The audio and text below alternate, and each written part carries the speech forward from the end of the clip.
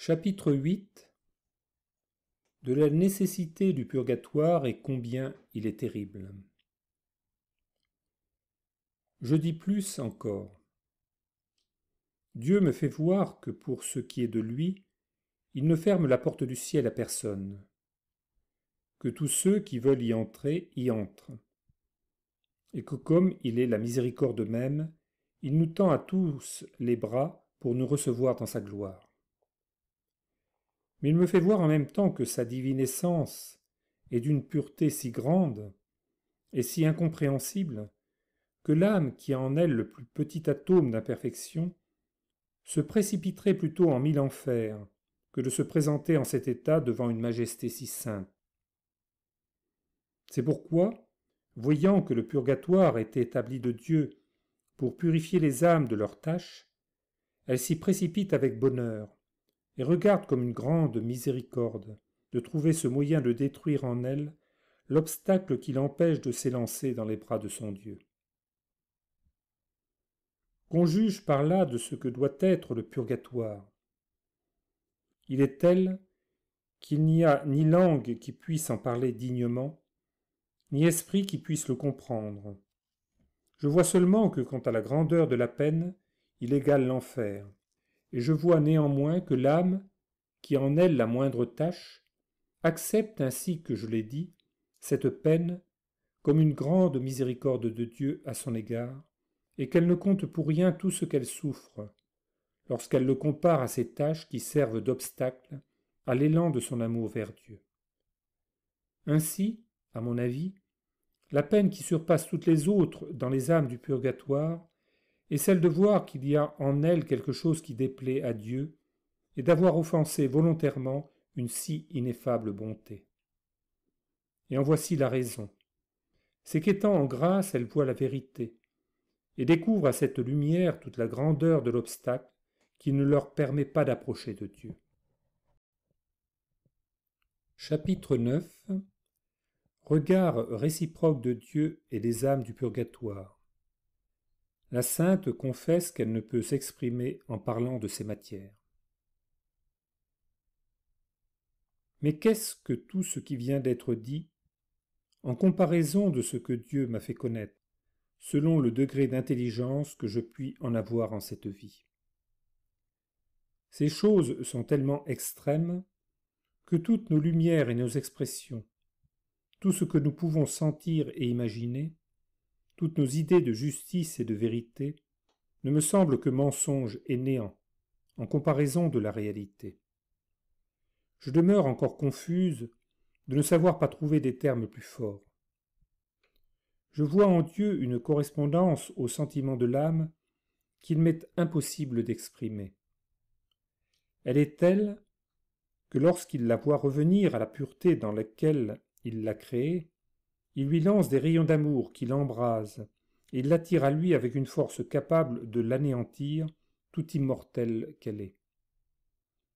L'âme en demeure tellement transformée en son Dieu qu'elle se voit n'être qu'une même chose avec lui. Et ce Dieu d'amour continue toujours de l'attirer et de l'embraser, sans la laisser un moment, jusqu'à ce qu'il l'ait fait revenir à l'être d'où elle était sortie, c'est-à-dire à la pureté dans laquelle il l'avait créée. Quand l'âme, par le regard intérieur, se voit ainsi attirée de Dieu avec un feu d'amour si grand, alors, à la chaleur de cet amour embrasé de son très doux Seigneur et Dieu, dont elle se sent intérieurement consumée, elle se liquéfie tout entière. Voyant ensuite à la lumière divine que Dieu ne cesse de l'attirer et de la conduire amoureusement à sa dernière perfection, avec un soin si tendre et une si continuelle providence, et qu'il le fait uniquement par pur amour pour elle, elle se sent encore plus consumée du désir de rendre à Dieu amour pour amour, et de s'élancer dans ses bras. Mais retenue par l'empêchement du péché, elle ne peut suivre cet attrait que Dieu lui imprime, c'est-à-dire qu'elle ne peut répondre à ce regard unitif dont Dieu l'a regardé pour l'attirer à lui. Ce n'est pas tout. Comprenant ce que c'est que de se voir retardée dans la possession de ce Dieu souverainement aimé et de ne pouvoir le contempler dans sa divine lumière, tourmentée d'ailleurs par son propre instinct qui la porte à se voir libre de tout obstacle, pour suivre ce regard unitif qui l'attire, elle se sent livrée à une peine qu'aucun terme n'exprime. Et c'est cette peine, résultant pour elle de tout ce qu'elle voit, qui est à proprement parler la peine du purgatoire. Quelque grande que soit cette peine, l'ardeur de son amour pour Dieu ne lui permet pas d'en tenir compte. La souffrance des souffrances pour ces âmes est leur unique martyre en quelque sorte, et l'opposition qu'elle trouve en elle à la volonté de Dieu, qu'elle voit clairement brûler pour elle du plus tendre et du plus parfait amour. Et cet amour de Dieu, accompagné de ce regard unitif, continue de les attirer avec tant de force et de persévérance, qu'il semble que Dieu n'ait point d'autre occupation que celle-là. C'est ce qui allume dans ces âmes un feu réciproque d'amour pour Dieu, qui est si vif et si violent, qu'elles se précipiteraient avec joie dans un purgatoire et dans un feu beaucoup plus terrible que n'est le leur, si elles pouvaient par là lever plutôt l'obstacle qui les empêche de suivre leur élan vers Dieu et de s'unir à lui. Chapitre 10. Comment Dieu se sert du purgatoire pour rendre l'âme parfaitement pure, que l'âme y acquiert une pureté si grande, que quand bien même elle resterait encore en purgatoire, après que Dieu a achevé de la purifier, elle n'y souffrirait plus rien. Je vois encore que ce Dieu d'amour, ce Dieu infiniment aimant, lance à l'âme certains rayons et certains éclairs, embrasés, qui sont si pénétrants qu'ils anéantiraient non seulement le corps, mais l'âme même si cela était possible. Ces rayons et ces éclairs, dardés par l'amour infini de Dieu, produisent deux effets. Ils purifient et ils anéantissent. Voyez l'or. Plus il reste dans le creuset, plus il se purifie. Et on peut le purifier de telle sorte que tout ce qu'il a d'impur et d'étranger se trouve anéanti. L'amour de Dieu fait dans l'âme ce que fait le feu dans les choses matérielles. Plus elle reste dans ce divin brasier, plus elle se purifie. Ce brasier, la purifiant toujours davantage, finit par anéantir en elle tout ce qu'elle a d'imperfection et de tâche, et la laisse en Dieu entièrement purifiée. Lorsque l'or a passé par le feu, et qu'il a acquis le dernier degré de pureté qu'on puisse lui donner, il ne se consume plus et ne diminue plus jamais, quelque grand que puisse être le feu où on l'affine, parce qu'il ne trouve plus alors aucun mélange de corps impurs et étrangers sur lesquels il puisse agir. Ainsi en est-il de l'âme qui se purifie dans le feu de l'amour divin. Dieu l'y retient jusqu'à ce que ce feu ait consumé en elle toute imperfection, et lui ait communiqué ce degré de perfection qu'il lui destine de toute éternité. Cette âme entre alors dans un état de pureté si absolu que n'ayant plus rien en elle que ce feu puisse purifier, elle demeure tout en Dieu, sans avoir pour ainsi dire aucun être qui lui soit propre, mais seulement l'être de Dieu même. Et quand Dieu, de degré en degré, a enfin élevé jusqu'à lui cette âme ainsi purifiée, elle demeure désormais impassible, parce qu'il n'y a plus rien en elle que le feu puisse consumer. Et supposez que dans cet état de pureté parfaite, elle fût encore retenue dans le feu, ce feu, loin de lui être pénible, serait plutôt pour elle un feu de divin amour, et comme la vie éternelle sans ombre de souffrance. Chapitre 11. Du désir qu'ont les âmes du purgatoire d'être entièrement pures des tâches de leurs péchés, sagesse de Dieu qui voile d'abord à ces âmes les défauts qu'elles ont. Créée avec toutes les bonnes qualités dont elle était capable, l'âme pouvait parvenir à la perfection, si elle eût vécu dans une entière soumission à la volonté de Dieu, et sans se souiller de la tâche d'aucun péché. Mais s'étant souillée par le péché originel, elle perd ses dons et ses grâces, et reste morte dans l'impuissance de ressusciter, à moins que Dieu ne la rende à la vie. Et alors même qu'elle est ressuscitée par Dieu au moyen du baptême, il lui reste cette inclination au mal, qui la porte et la conduit, si elle ne résiste, au péché actuel par lequel elle meurt de nouveau. Dieu, néanmoins, la ressuscite encore au moyen d'une autre grâce spéciale. Mais malgré cette résurrection, elle demeure si souillée et si repliée sur elle-même que pour la faire revenir à l'état primitif dans lequel Dieu la créa, il ne faut rien moins que toutes ces opérations divines dont nous avons parlé, et sans lesquelles elle ne pourrait jamais revenir à ce bienheureux état. Lorsque l'âme se trouve en chemin pour retourner à l'état de sa première création, et qu'elle connaît que pour y arriver, elle doit entièrement se transformer en Dieu, il s'allume en elle un tel désir de cette transformation que son purgatoire est ce désir qui la consume. Le purgatoire en tant que purgatoire, c'est-à-dire en tant que souffrance, ne lui est rien. Mais sentir en soi un élan embrasé vers Dieu et ne pouvoir le satisfaire, voilà pour elle la souffrance des souffrances, le vrai purgatoire.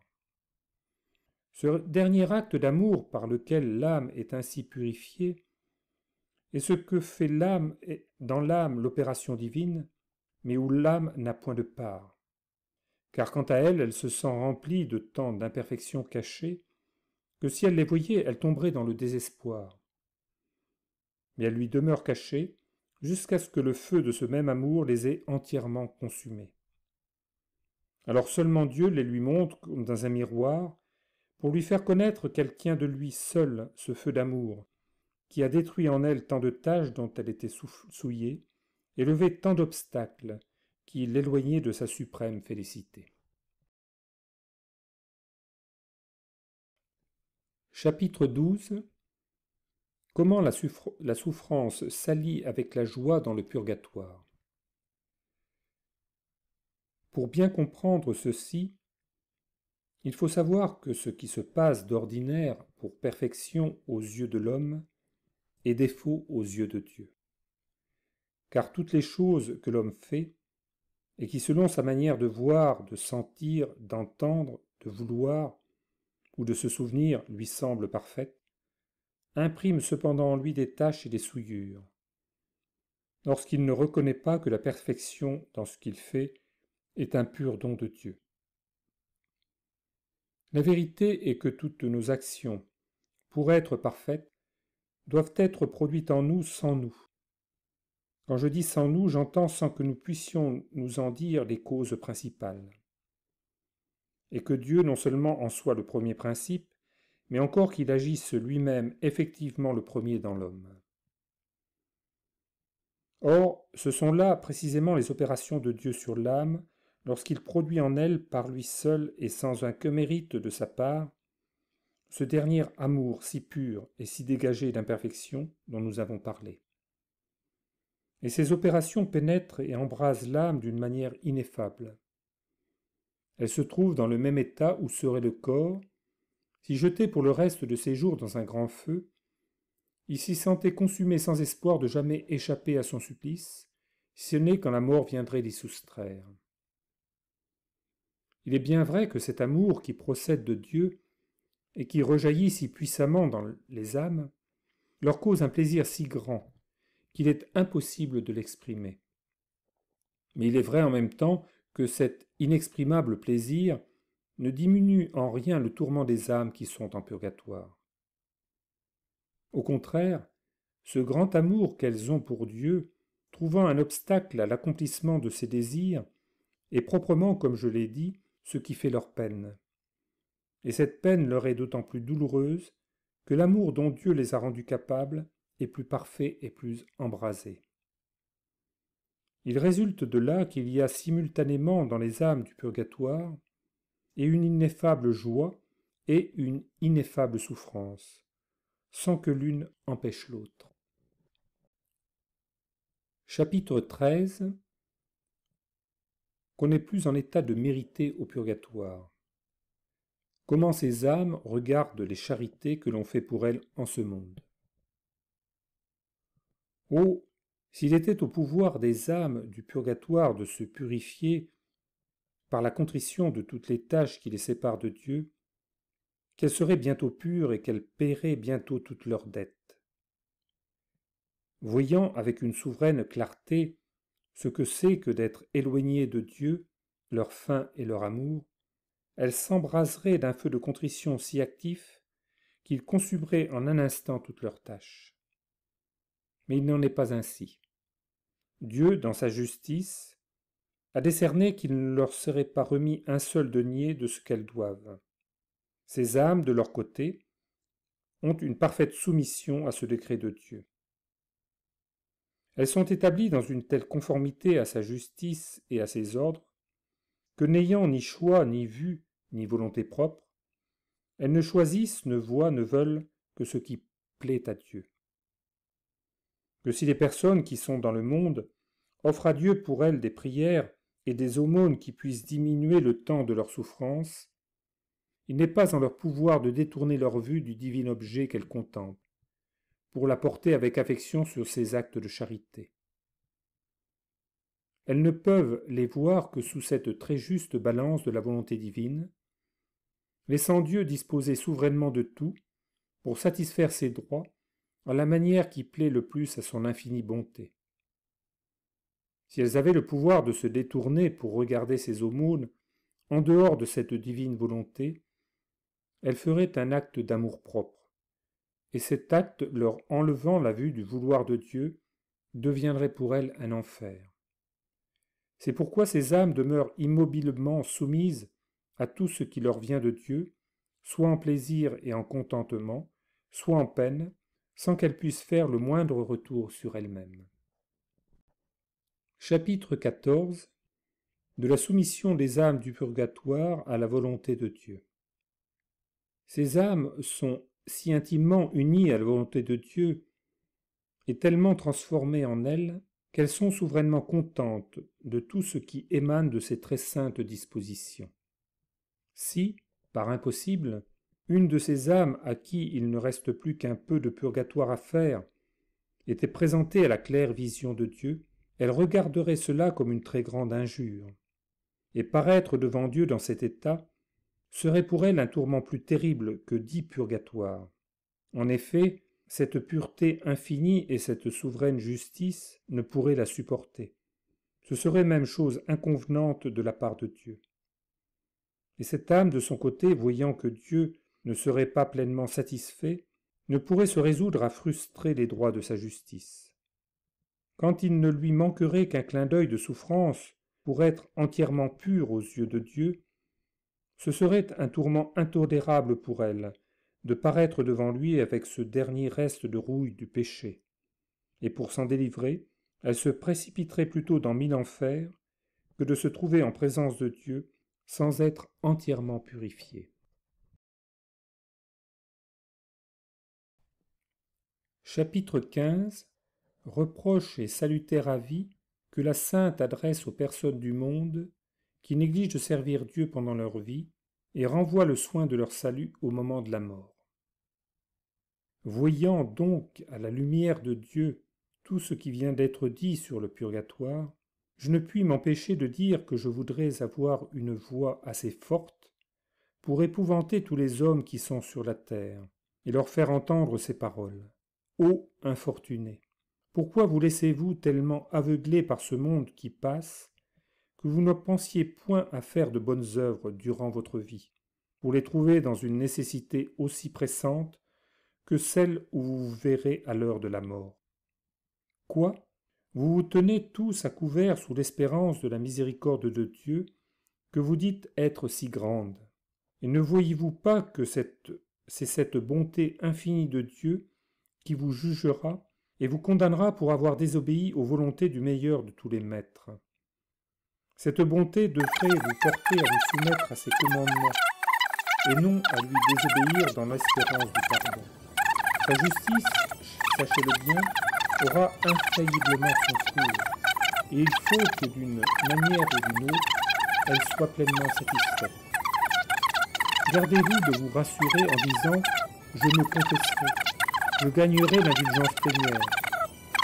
Par elle, je serai en un instant purifié de tous mes péchés, et ainsi je serai sauvé. » Songez qu'il est si difficile que la dite confession et la contrition s'élèvent à ce degré de perfection qui est exigé pour gagner cette indulgence plénière à l'article de la mort, que, si vous connaissiez cette difficulté, vous trembleriez de peur.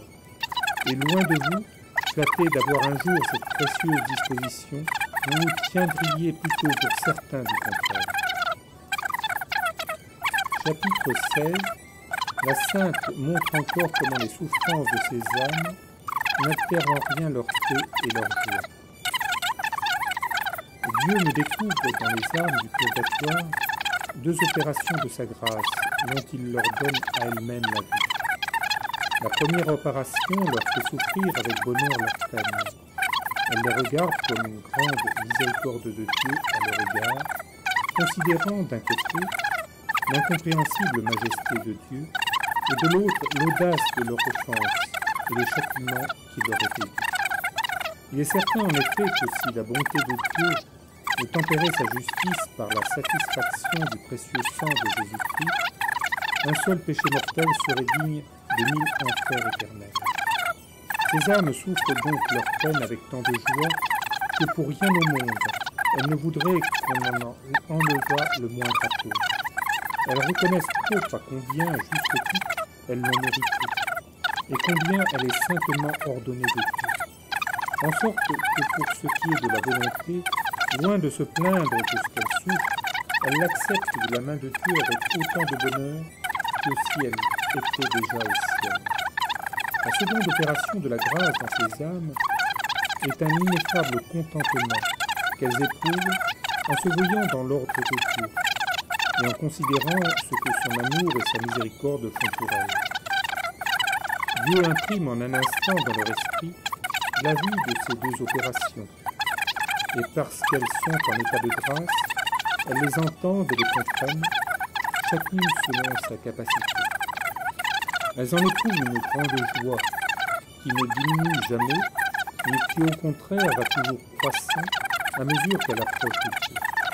Ce n'est pas en elle-même et par elle-même qu'elle voit ces deux opérations, mais uniquement en Dieu. Voyant tout en lui et par lui, elles sont beaucoup plus occupées de lui que de leurs peines. Que dis-je, ces peines ne leur sont rien, en comparaison de l'estime qu'elles font de Dieu. Car la moindre vue que l'on peut avoir de Dieu surpasse infiniment toute peine et toute joie que l'homme peut concevoir. Et cependant, la joie en elle n'ôte rien à la peine, ni la peine à la joie. Chapitre 17. Elle termine son traité en appliquant tout ce qu'elle a dit des âmes purgatoires à ce qu'elle sent et éprouve dans son âme. Ce monde de purification que je vois dans les âmes purgatoires, je le sens dans mon âme, surtout depuis 2 ans, et chaque jour je le sens et je le vois plus clairement. Je vois mon âme habiter dans mon corps comme dans un purgatoire, semblable à celui que Dieu a ordonné pour ses âmes. Elle y endure autant de souffrances que mon corps est capable d'en supporter sans mourir. Les douleurs mêmes augmentent de jour en jour et croîtront ainsi jusqu'à ce que la mort m'en dépouille. Je vois mon esprit entièrement détaché de toute chose, même spirituelle, qui pourrait lui donner un aliment tel que l'allégresse, le plaisir, la consolation. Il n'est plus en son pouvoir de prendre goût à quoi que ce puisse être. Rien de temporel ou de spirituel ne peut occuper ni ma volonté, ni mon entendement, ni ma mémoire, de telle sorte que je puisse dire « cette chose me contente plus ou moins que me fait celle-là ». Dieu forme autour de mon intérieur comme un siège qui le sépare et l'isole de tout, en sorte que toutes les choses qui procuraient autrefois quelque rafraîchissement à la vie spirituelle ou corporelle m'ont été peu à peu enlevées. Et maintenant que ces choses me sont retranchées, je reconnais que j'y avais cherché une pâture, une force trop naturelle. Et comme l'esprit les connaît à fond désormais, elles sont devenues pour lui un tel objet de haine et d'horreur qu'elle fuit toute sa présence, sans qu'il y ait aucune apparence qu'elle ose jamais reparaître. Cela vient de ce que l'esprit, par son instinct, se porte avec tant de vigueur, et même avec tant de cruauté, à rompre tous les obstacles qui s'opposent à sa perfection, il permettrait, pour ainsi dire, qu'on le mit en enfer, si cela pouvait plutôt lui faire atteindre la fin qu'il se propose. Voilà pourquoi il va détruisant tout ce qui pourrait nourrir l'homme intérieur, et il l'assiège et le serre tellement de près qu'il ne peut passer le moindre atome d'imperfection, qu'il ne l'aperçoive et qu'il ne l'accepte. Quant à l'homme extérieur, n'étant plus pour l'esprit qu'un objet de répulsion, il demeure à son tour tellement assiégé qu'il ne trouve chose quelconque sur la terre où il puisse se rafraîchir selon son instinct humain. Il ne lui reste d'autre réconfort que Dieu, lequel opère toutes ces choses par amour et avec une grande miséricorde, pour satisfaire à sa justice. Cette vue de l'action de Dieu donne à mon âme une grande paix et une grande joie. Mais cette joie ne diminue en rien sa peine, ni le siège formé autour d'elle. Quelques tourments qu'ont pu lui faire souffrir, elle ne voudrait jamais sortir de cette disposition divine. Elle ne quitterait point sa prison, et pour rien au monde, elle ne chercherait à en sortir jusqu'à ce que Dieu ait achevé de donner pleine satisfaction à sa justice.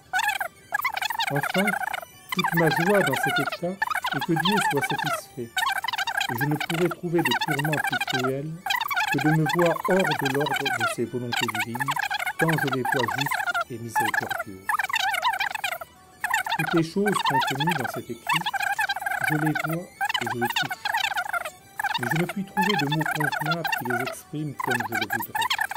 Ce que j'en ai dit se passe spirituellement au-dedans de moi, je le sens au-dedans de moi, et voilà pourquoi je l'ai dit. La prison où il me semble que je suis est le monde. Mes chaînes sont les liens de mon corps.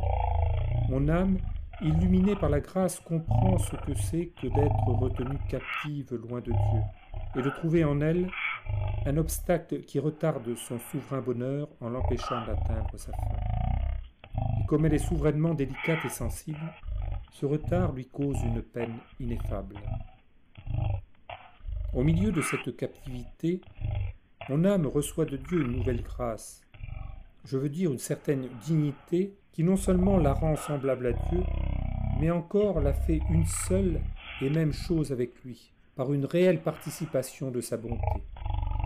Et comme il est impossible qu'aucune souffrance puisse atteindre Dieu, ainsi en est-il des âmes qui s'approchent de lui, et plus elles s'en approchent, plus elles participent à cette divine propriété.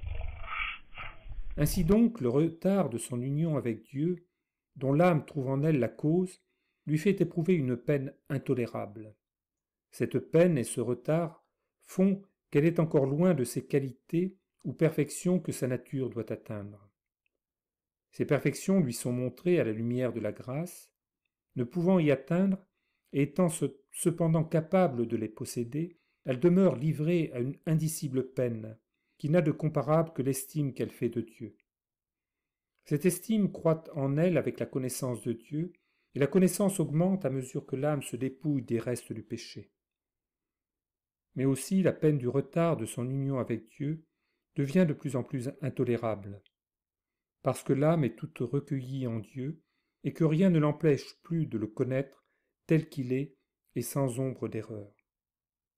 De même qu'un martyr, qui se laisse tuer plutôt que d'offenser Dieu, sans les tortures qui lui arrachent la vie, mais les méprise par le zèle de la gloire divine que la lumière de la grâce lui communique, de même l'âme qui connaît la disposition de Dieu en a une telle estime que tous les tourments intérieurs et extérieurs, quelque terribles qu'ils puissent être, ne lui sont rien en comparaison. Et cela parce que Dieu, qui met ses sentiments dans l'âme, excède infiniment tout ce que les créatures sont capables de sentir ou même d'imaginer. Aussi, pour peu que Dieu occupe une âme de lui, il la tient tellement absorbée dans la contemplation de sa majesté que tout le reste n'est rien à ses yeux. Dans cet état, l'âme perd toute propriété. Elle ne voit plus, ne parle plus par elle-même, elle ne connaît plus ni les pertes qu'elle a faites, ni les peines qu'elle endure, en tant qu'elles lui sont propres.